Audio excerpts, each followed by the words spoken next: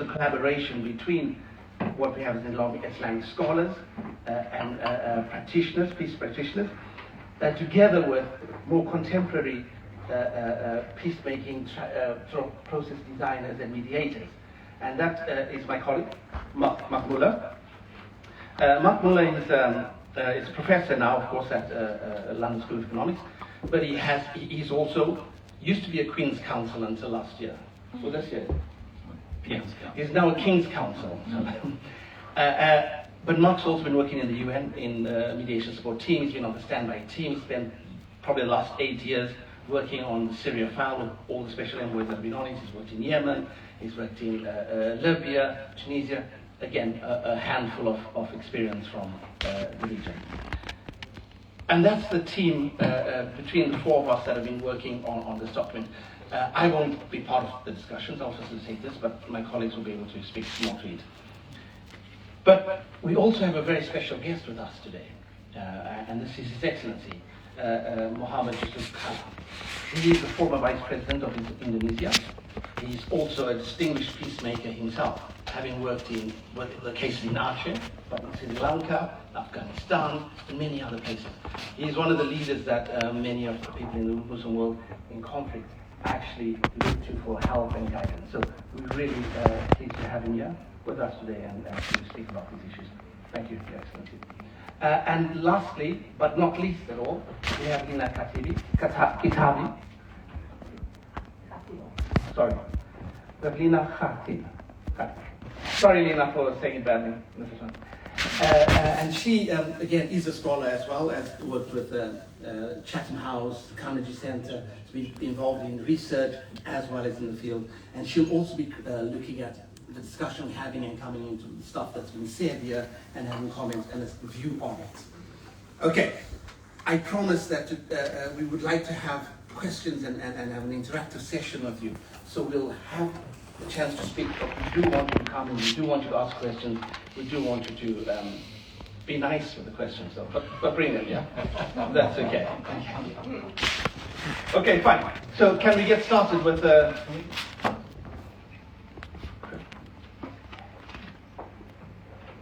Is that okay? Yeah. Okay.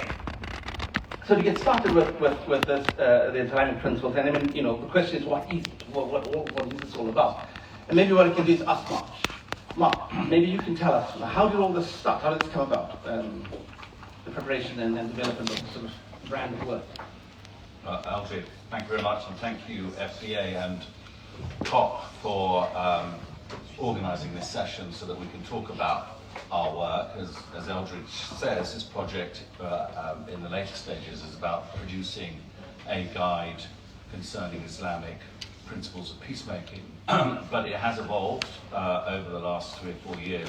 The origins of this project was in June 2019, when a group of us came together at the LSE, including FBA, to look at how we can support inclusive peacemaking in relation to the Afghan Doha peace process and the possibility of intra-Afghan dialogues emanating from it. And there was a consensus in the room to try and promote the most inclusive form of peacemaking possible within a very difficult environment.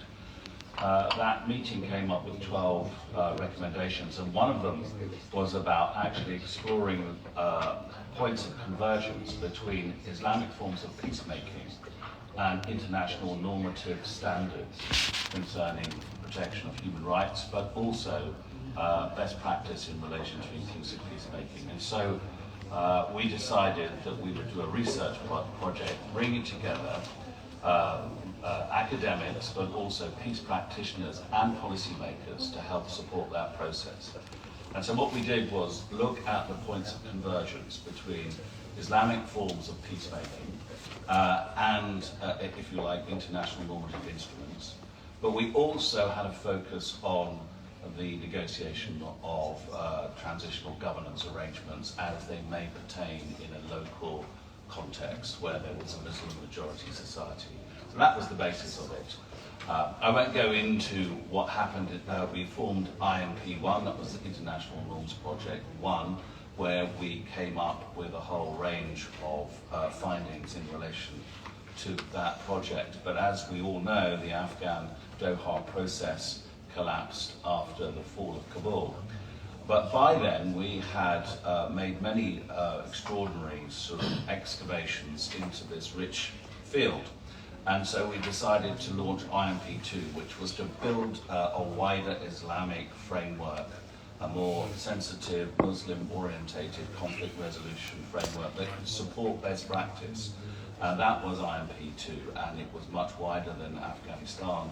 And the result of all of that was a conference that we held in Istanbul a year and a half ago, where we brought together Muslim scholars, political transitional leaders like His Excellency Jusuf Kalla, but also international practitioners to look at the framework that we had developed, and Ambassador Ibrahim Rasool and Dr. Badi will talk about that framework. But that was the background to it. And then out of that conference came a call for more practical guides to help international peacemakers understand Islamic forms of peacemaking and how they can enhance and enrich best practice. So that really was the basis of the project. Yeah. And who funded this research? So, I mean, we are incredibly grateful to the European Union, of course, because it was originally funded, he's more of a lawyer than I am. It was originally funded by the EU Afghan support mechanism, and as I say, it was first of all directed towards the situation in Afghanistan, but then we saw the synergies. And what we obviously have discovered, working with Uppsala University as well in Sweden, is that 70% of the world's conflicts involve Muslim communities, and so we also recognise that a lot of the issues concerning conflict negotiations concerning Muslim majority societies also involve this issue of false binaries, in which sometimes human rights is pitched against conceptions of Islam, or Western notions of normative standards are somehow seen as alien because they're not placed in a local setting using more sensitive language. So we began to realise that there were many synergies here that related to many different conflicts, and that's why we needed a wider framework. We have discovered, I'll let the others talk, but I certainly, as an international conflict practitioner, have discovered the kind of rich, soft power capacities of Islam to help bolster best practice. Mark, I'm going to ask just a very, very short answer on this one. Is this a critique to contemporary peacemaking models, or no? I mean, how is it? In this guide we have focused on sort of first principles. So what we've done is look at the Quran, the early practices of the Prophet Muhammad, and for example, the negotiations around the Charter of Medina. We have not dealt with the Sunni Shia schism, so we haven't gone beyond the Fourth Caliphate. And what we haven't done is done a full review of different traditions of Sharia law. We have concentrated, I feel like, on those universal first principles, and in relation to those first principles, and the Maqasid al-Sharia, which Ambassador Rasool will talk about, we have found huge points of convergence with international best practice concerning conflict resolution. So that could be on the issue of inclusion, it could be in relation to women, which I hope Dr. Abadi will talk about, but also about good governance concerning transitional governance arrangements. Thank you. Mark speaks a good game here. Tell me, Ambassador Rasool, when I listened, of course, this is good, it's brilliant what Mark is saying, but does Islam have the wherewithal to do this?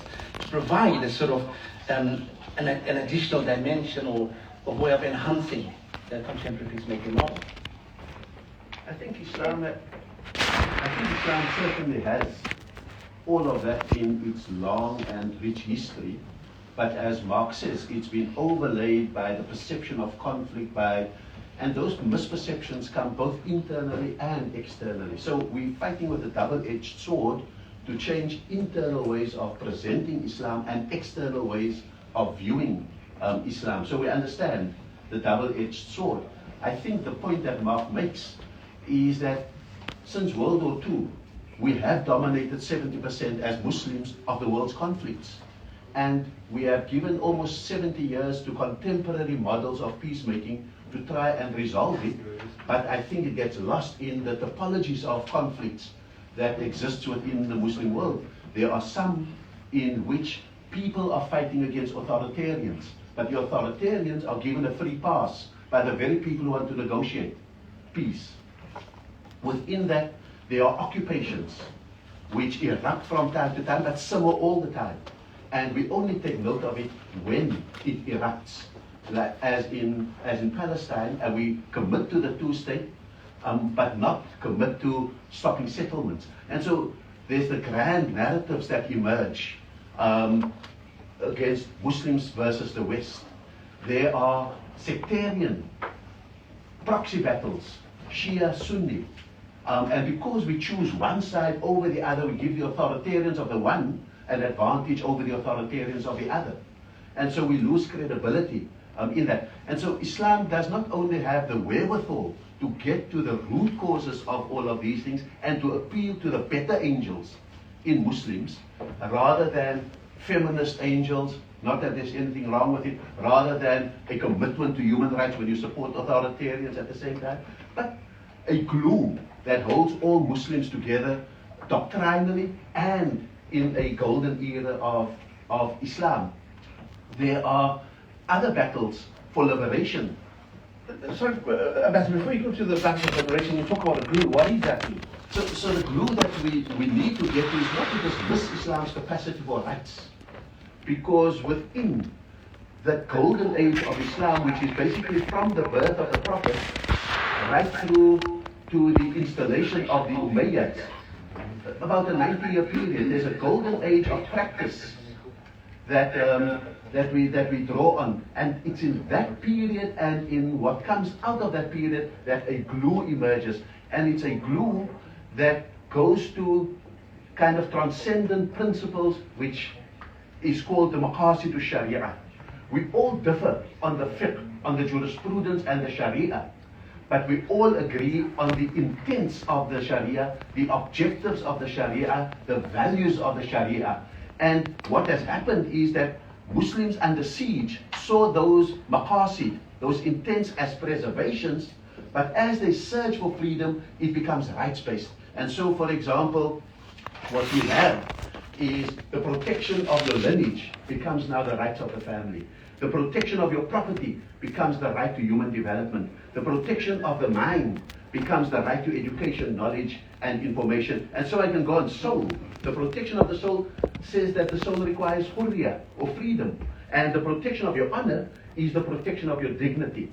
So that is the evolution of that glue that comes out of the first period. And from that is further derived what Mark refers to as the first principles, the 7 principles, because what you are appealing to in those first principles is the very identity of being Muslim. Because your belief in God is in the Tawheed, the unity of God and the unity of people. You can't otherize people as easily. Mercy is the mission of the Prophet, Rahmatul lil Alameen, a mercy unto all, and so you can't be harsh. Justice is the lodestar, and peace is both a method as well as the realm within which Islam becomes a civilization. And the Ummah is regarded as Ummatan Wasatan, the Ummah that is in the middle, not moderate, because that's a loaded political term. And we think we're saying, oh, good Muslim is like a poodle. What we are speaking about is Ummatan Wasatan, the Ummah that strives to be in the middle and avoids the extremes. That's what you appeal to, because that's Quranic. And so we can go on with the issue of diversity. We have been made into different notions, not to be contemptuous with one another, but to know one another and to use that as the basis of exploration. And finally, Karam is dignity that everyone has been blessed with. And so what I'm saying is that's the glue. And that in turn, and I'm going to leave that to Huda, has been from that has been mined the peacemaking principles that apply. So, for example, if I can just forecast on one, the notion of peace. It's an existential state and it is an objective. But the instruction in the Quran is so clear that if your enemy inclines to peace, you are obligated to provide the peace. If they just incline to the peace. And within that becomes a whole lot of possible other, a toolkit of peacemaking. Okay, interesting. And I can see from the start you say the relation with so that makes it clear as a connection. But maybe what I want to ask a little bit about is because when we talk about the guide, which is not yet published, it's in draft form, you also spend a bit of time on state formation. And why would that be helpful in terms of peacemaking or transitions to peacemaking?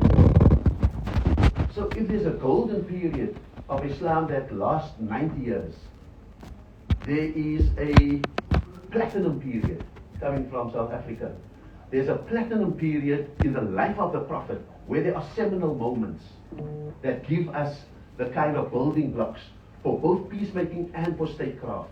The one Mark has mentioned, the Charter of Medina, as inclusive as you can find and superseding even the inclusivity of some of the advanced Western states in which the enemies of Islam were partnered into the citizenship-based state that the Prophet established in Medina.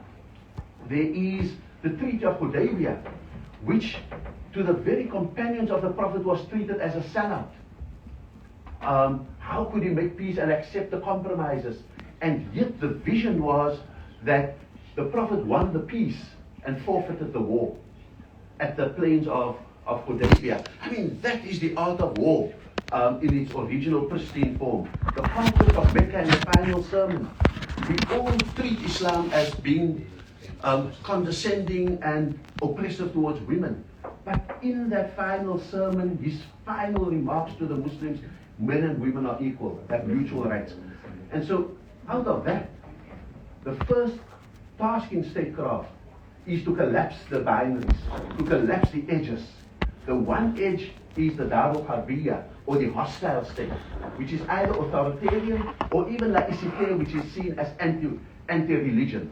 Collapse it. It doesn't have a place because people's identities are important. The other extreme is putty in the hands of anyone who wants to rule, and that's the Dawla Islamiyya. Whoever owns the theocracy of Islam rules by their rules. And so let's get out of that and let's get into what we could present as three options for the transitional state, because then the stakes are not high. You're not in the end state. You can negotiate a transitional state, and that's largely a kind of Mandela-esque wisdom. How do you negotiate the interim state and let it evolve into its end game over time? And so in that middle is a wonderful buffet. You've got the Dawlatul Ilmaniyya, the secular state, not hostile to the state, but equidistant and above religions.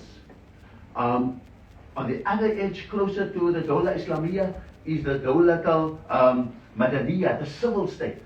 It draws aspects of Sharia because of the majority nature of the Muslims, but it operates by the maqasidu Sharia. It says we are here to strive for the intents of Islam, and so it codifies some things like worship. It codifies personal law. It codifies holidays, Muslim holidays, but for the rest, it has the maqasidu Sharia as its objectives. And then in that middle is the Dawlat al-Muwatana, which is the original form of the Medina state. It is citizenship orientated, whoever the citizens may be. It is constitutional, just like the Prophet drew up a constitution. It is inclusive, and it is equal rights and equal obligations, both for individuals and for the communities that make up those individuals. And all of them have different methodologies within them.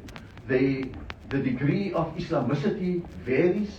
but the degree of constitutionality varies. But at the end of the day, you can start off in that middle as a citizenship-based state that is transitional, and then you can grow the features of that state if you need to from that point. And so I end by saying that it is that three options in the middle that create either the basis of a shared transitional state in which responsibilities are shared out amongst different players, or a dual state in which you say, you can govern that geography, we'll govern this geography, but it gives us options from the Islamic traditions about how to pre-fit outcomes rather than negotiate outcomes, because in pre-fitting outcomes, you create the trust, you create the confidence, and you create the willingness to participate in this.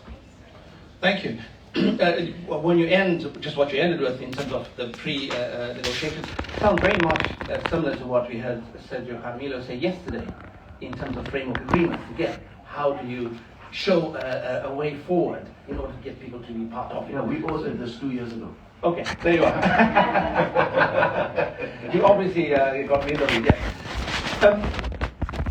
I mean, this is brilliant. When I listen to Ambassador Rasool, I mean, there is a lot in there, and I think there's a lot of rich and deep, how can I say, principles that you lay out. Yeah, but how does this work in practice? I mean, Dr. Abadi, how does this manifest itself in terms of concrete issues on the ground? How does this work? Thank you, Aldrich. I want to break your question into two very quickly. No. It's from the theoretical side, why is it important, like on the ground? Why are we even talking about this? And I think one of the misconceptions or one of the problematics that we've seen on the ground is that when Western conflict frameworks alone are used as the benchmark, they can often overlook local, traditional, or religious matter. And I think this is of immense importance if we're trying to build sustainable, locally owned peace processes. So in the work on the ground, we have seen that when we integrate local and international frameworks, first, one is we can build on local capacities, local knowledge, and local reality so that people can identify with the process itself. Second, it brings legitimacy to the process and it allows for local ownership, as I mentioned, but it also develops this trust. And I want to share with you a quote from a women faith-based leader when we were discussing these issues and we were using a locally religious framework. And she said, quote, "This is the first time I feel I'm not a lab rat experiment, not talked down, but we are respected and listened to." So regardless of our personal beliefs or opinion on religion, religion still plays a vitally important role in the Muslim majority countries, so we need to take it into consideration. We have seen a lot of times, and in the media especially, it's like how has Islam been deployed or instrumentalized in violent conflict, but we actually need to see how can Islam help resolve violent conflicts, and there's a lot, as Ambassador Rasool has mentioned. So I want to go now to the how, like what are these principles, right, these concrete things. The Islamic tradition has a very rich tradition in terms of even in peacemaking, as I mentioned. So it's not something that has been owned by the West, but there's a historical tradition that we can relate to. And so we are broadening our toolkit to try to see what are tools that we can use. One is the emphasis on the relational network and social harmony, which is really important. So peace becomes a collective responsibility. It's not an individual matter, but it's a communal matter.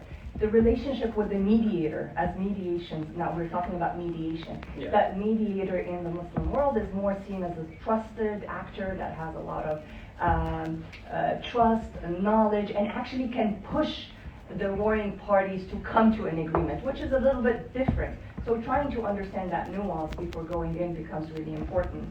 And Ambassador Rasool already said a little bit that peace becomes an imperative.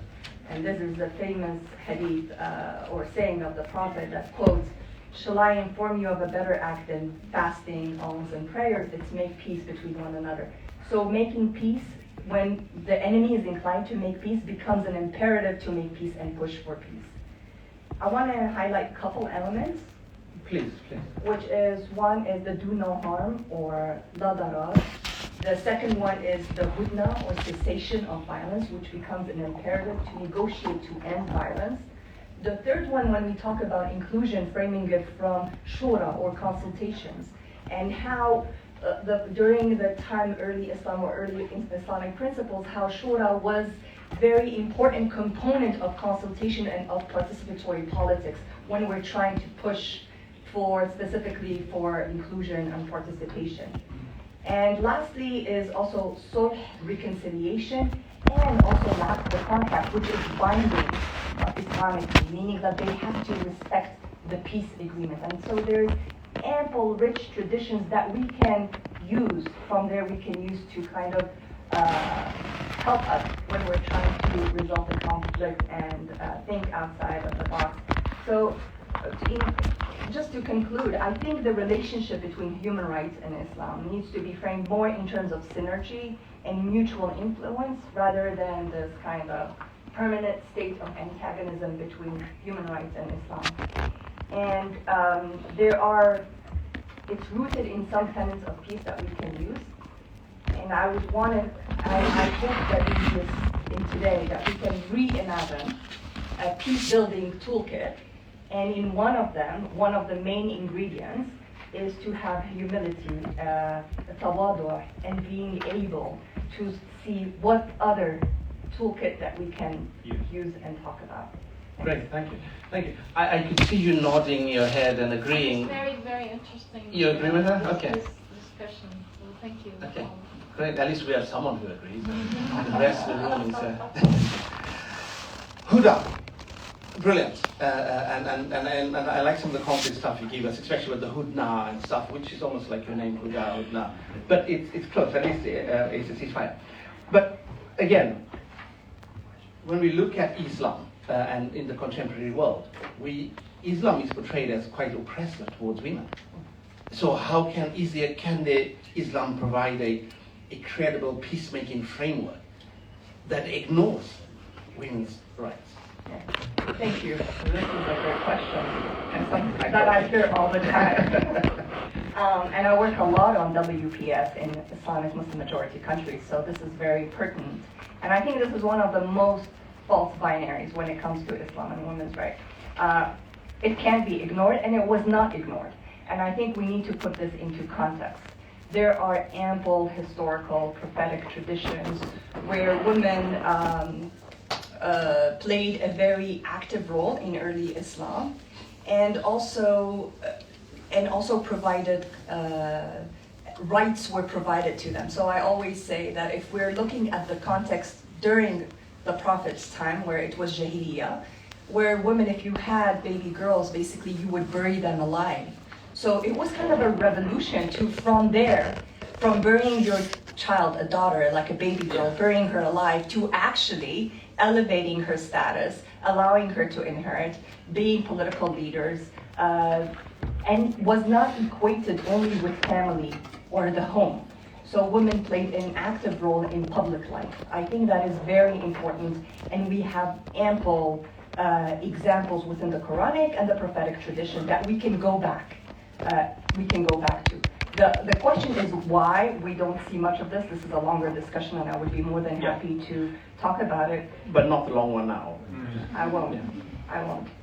But while the Quran supports the principles of equality and justice, women still face many barriers, and I will speak about some of these barriers. One is patriarchal, cultural, tribal norms at the local level, lack of accountability and implementation, so we can have the best constitutions, but we don't have accountability measures or implementation. Also, instrumentalization of women by national and foreign agendas. And so a lot of times Muslim women face a double burden, from domestically and internationally. And so they have to negotiate. Well, can you explain that a little bit, just very quickly? I don't know if everybody understands what that double burden is. It could be interesting. Yeah, so on the one hand, we saw this in Afghanistan. On the one hand, like Muslim women have to fight against patriarchal tribal norms that came out. But on the other hand, women's liberation, quote unquote, was used to basically for foreign agendas to liberalize, to kind of provide freedom. So the Muslim woman finds herself in many countries kind of in this binary between how can we protect or like advocate for our rights, but our rights are not utilized by foreign agendas. And so it becomes a very fine line that created also a division between women's movement within the same country. So there is a diversity of women's movements and women's issues, even within Muslim majority countries. So I think that's just to make it clear. But one of the important things is making the distinction between what is rooted in religion and what is rooted in cultural tribal norms. And for us, working in WPS in Muslim majority countries, it gives us a space to negotiate without it being defensive, without it being kind of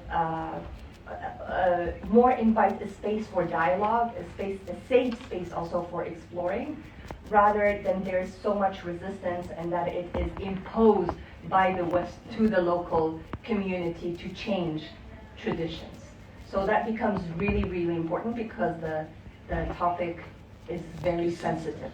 And so the framing of it becomes equally important, but the push needs to be from inside out. And the other issue is religious literacy that has mostly focused, dominated by men. So men interpretation of the fiqh, of the religious tradition. And so providing the space for women to be able to reinterpret using a humanist interpretation. So using religion to basically promote women's rights from within, because there's a lot from within that they can use. Brilliant, thank you. Thank you. Just also, I mean, we're listening to all the panelists and what they've said, the research they've done, but just to make it clear also that while the research was going on, and Mark was the director of research at LSE on this one, it was also being tested in the field simultaneously. We were engaged in particular processes across the world simultaneously. So it was an iterative process. The research was feeding to what we're doing, and then what we're doing was feeding back into the research. So it's just not theory we're speaking, it's actually based on that.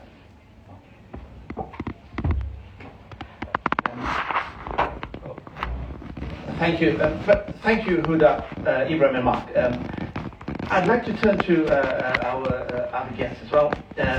His Excellency, Jusuf Kalla. You've heard what we've been producing. You've heard the team speaking. You were part of the events in Istanbul. You spoke at the workshop there as well. When you look at this, and in your experience, and you obviously have been engaged in these processes over a very long time, you're a respected leader in the region, is this something that's useful, that is being developed here? Is it something that you think can work? Yeah. Assalamu alaikum. If we met Ambassador Ibrahim or the others, I usually start thinking Assalamu alaikum. What do you mean? Peace upon you. Usually thinking about peace. If you are praying every day, minimum 10 times you say Assalamu alaikum. Basically, our philosophy is peace.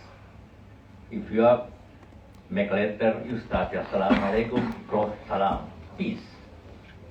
It means that what our basically ideology is peace.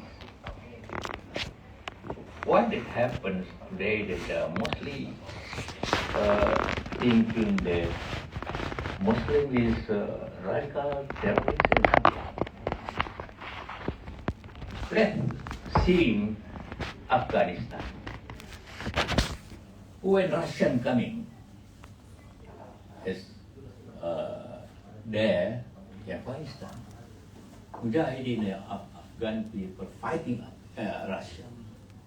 And all countries were saying this is liberalism. Heroes. American support Mujahideen. But when the US coming and Taliban say terrorists, it's fair. Not fair. The thing is meaning that the thing in the world is different because political idea. Let's see the many cases. I don't, theories or philosophy has explained by Ibrahim and Hoda about it. But what happened in Iraq? Iraq, you know, there misinformation from intelligence. And after that, Iraqi bombing and saying Iraqi terrorists. The same is Syria. What happened in Yemen is political matters. And yes, my experiences in Indonesia and the other scene, that religions fighting between Muslim and Christians, not because of religions, because politics and ecology in politics and economies and the others. And because the other parts, they want to make fully support by community and they say this is Muslim and Christian. Why Muslim? Thinking the war is foreign is concept of jihad. Jihad is meaning you kill or to be killed. You're going to happen, as I said yesterday. That's why people, if the people come in life and his family, okay, say you are heroes.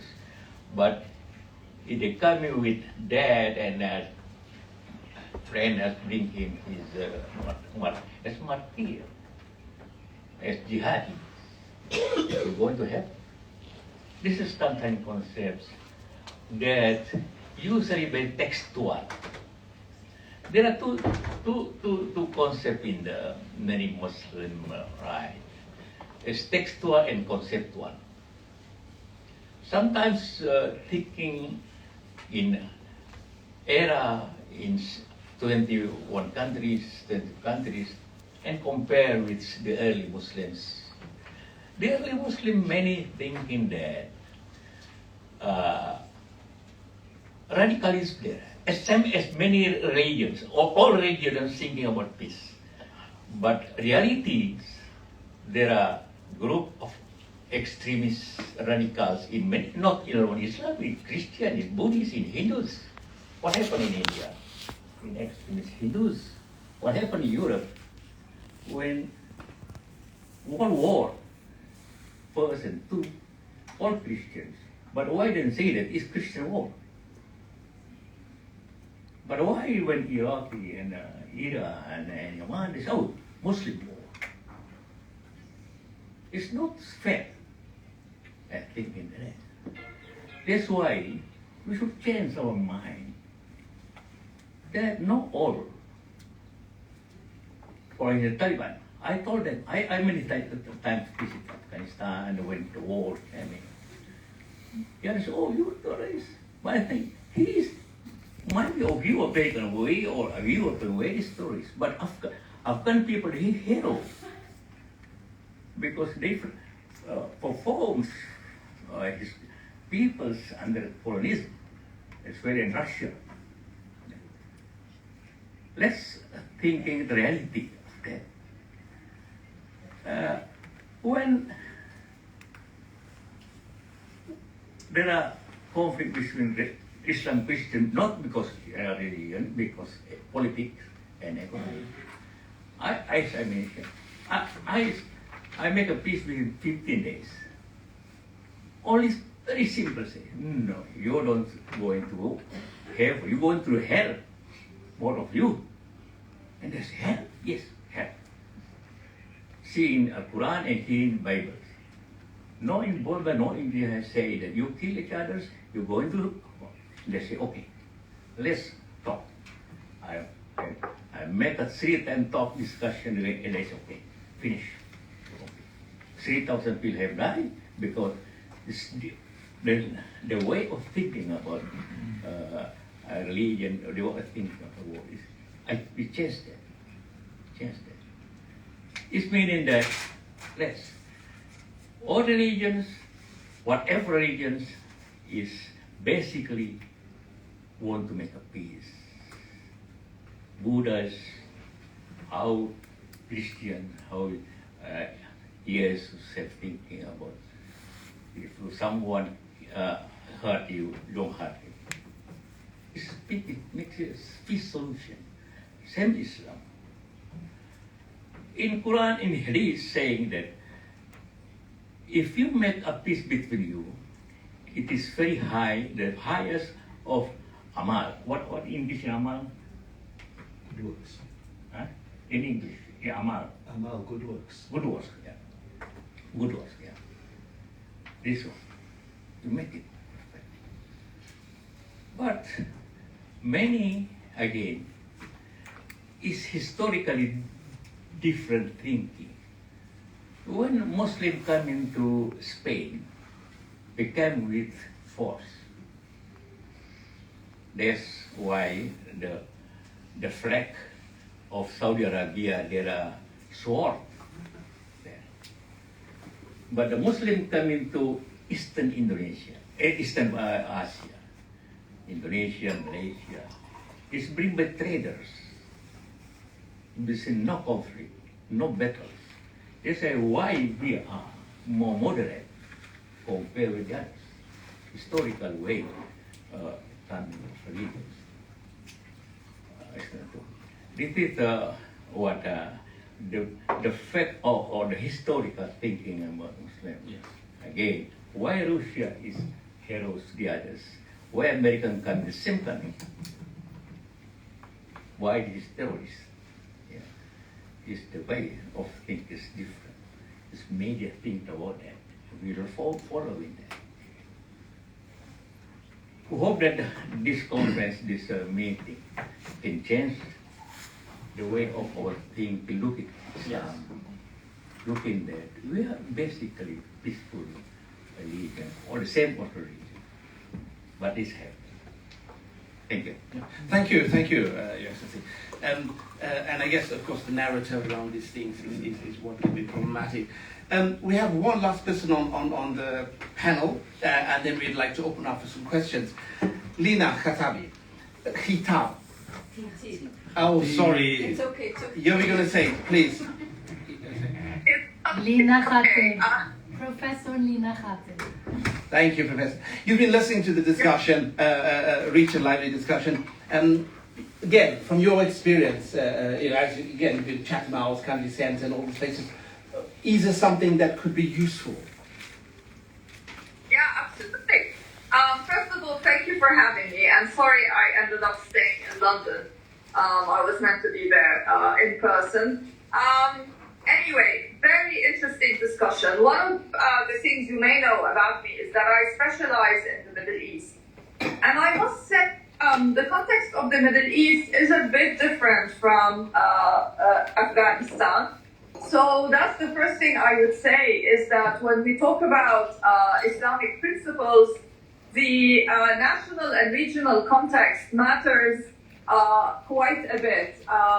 And therefore, a lot of my comments will be driven by my experience in the Middle East and may not apply to a place like Afghanistan or other places in the Islamic world. One thing that was flagged in the conversation earlier is the issue of sectarian divisions. And I think an important point was made about when external actors tend to ally themselves or support one particular group and not another in contexts where you have